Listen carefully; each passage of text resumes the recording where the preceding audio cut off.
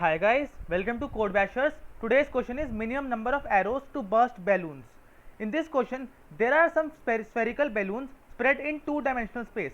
For each balloon, provided input is start and end coordinate of the horizontal diameter.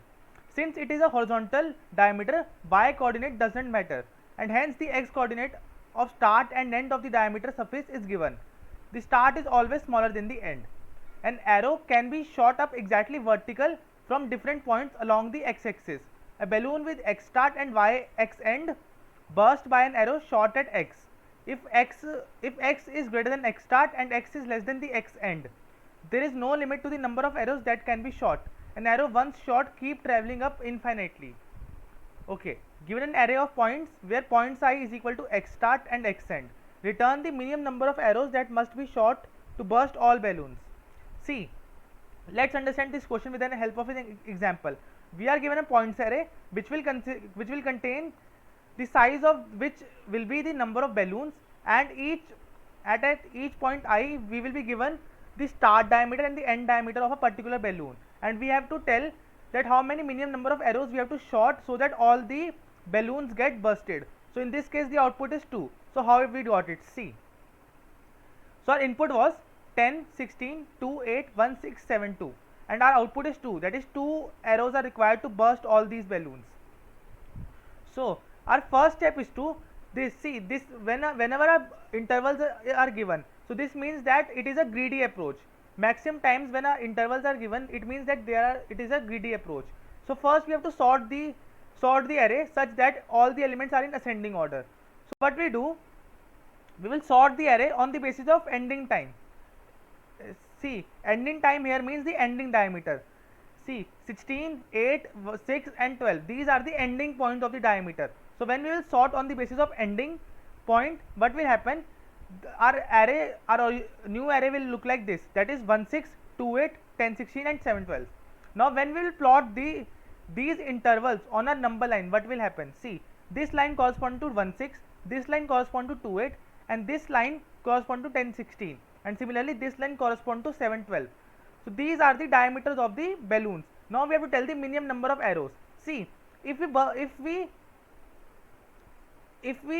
pass the arrow to balloon at this point, see at this point when we will pass the arrow, what will happen? The balloon which is corresponding to 1, 6 and 2, 8, these two balloons will get blown off, and when again we will pass the arrow at this point, that is at 10, 16 and 7, 12, middle of these points. So using this arrow, these two balloons will be blown off. So we can see that using only 2 arrows we have blown off all the 4 balloons. First arrow was at this position and another arrow was at this position. So for this case 2 arrows are required. So first we have to find the overlapping condition of this. So now let's look at the another example. Another example is 1, 2, 3, 4, 5, 6 and 7, 8. Here our array is already sorted on the basis of ending point. So our output will be 4. How? Let's plot these points on the number line. See, 1, 2 will correspond to this, 3, 4 will correspond to this, 5, 6 and 7, 8 similarly. Now when we will pass an arrow at this position, what will happen? This arrow will only blow off this balloon only, that is from 1, 2 only. It will not blow off 3, 4 because these are not the overlapping balloons. So for this arrow only this balloon will be blown off. Now we will again pass the balloon or again pass the arrow at this point. We can see that at this point also only the balloon, that is 3, 4 will be blown off, not 5, 6, because they are not overlapping. Similarly we will pass an arrow here, which will only blow off 5 and this balloon, that is from 5 to 6, and it will not blow off 7 and 8 because they are not overlapping. And again for blowing out the 7, 8 balloon we have to again pass the arrow at this point. So we can see that total 4 arrows has been passed. So therefore our answer will be 4. So in this case no overlapping was taking place. So therefore when no overlapping is taking place, the number of arrows will be equal to the number of size of the input array. This was the entire question and the explanation. Now let's look at the code of this question.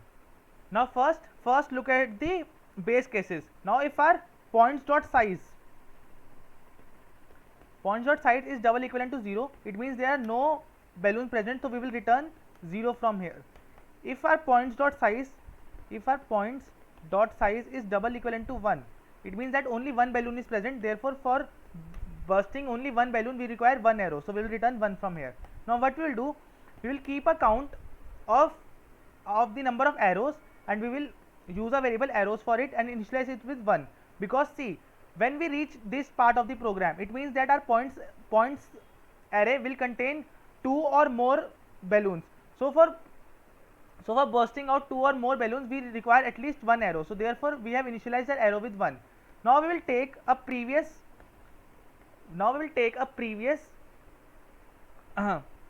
first we will sort the array. Just forgot to sort. First we will sort the array on the basis of the ending time. How we will do it? Points dot begin, points dot end, and we'll pass our custom comparator in it, that is say compare. Now first write the custom comparator. We are writing this custom comparator because we have to sort our array on the basis of the ending time. We will pass it here, vector int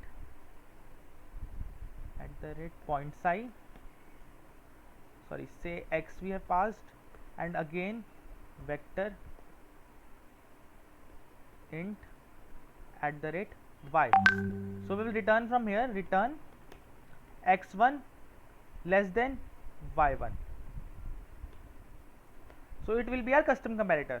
So now what we will do, our array has been sorted on the basis of the ending time. Now we will take a variable called previous, which will store the ending point of the first balloon, that is points 0 1. So it will store the ending point of the first balloon. Now we will iterate a loop for the rest of the balloons. Int I equal to 1. It will be starting from 1 because for the first arrow, that is after sorting this. So for the first arrow we have already taken our arrow equal to 1 and points previous equal to 0.01. So I equal to 1, I less than points dot size I plus plus.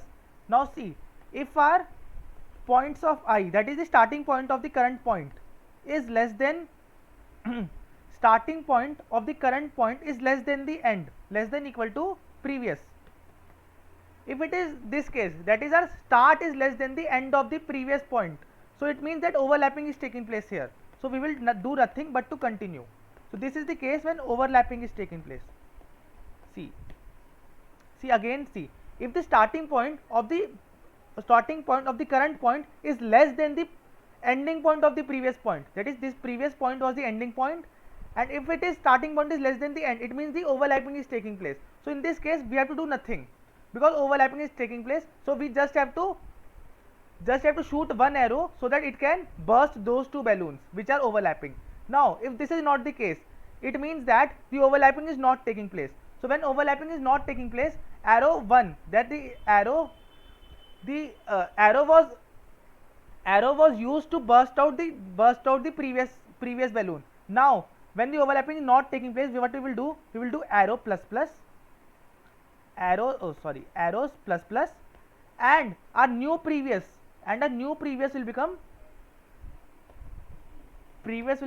points of I, ending point of the current point. See, and in the end what we will do, we will return arrow. See, I will again tell you what I have done. See, for the first balloon what we have done, we have stored the previous, that is the ending point of that balloon, so it will be given as a 0.01. So it is the ending point of the first balloon. Now we will loop through the rest of the balloons so that we can burst it, and our arrow is also initialized to 1. So see, if our current point, that is the current starting point of the balloon, is less than the previous, it means the less than the end, it means the overlapping is taking place. So when the overlapping is taking place, we have to do nothing, we just have to continue. And now if the overlapping is not taking place, then this part of the code will run. See, when the overlapping is not taking place, it means that the arrows till now we have used in bursting out the previous balloons. So now what we have to do, for bursting out the new balloon in which overlapping is not taking place, we are doing arrows plus plus, and and are updating a previous value with the end point of the current balloon. So this was the entire question and the code. Now let's compile the code.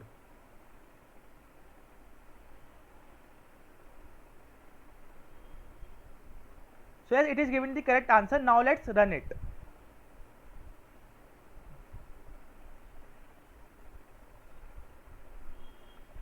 So you can see that it is giving us the correct answer, that is it is giving us 100% efficient code. So I hope guys you liked the video. Thank you.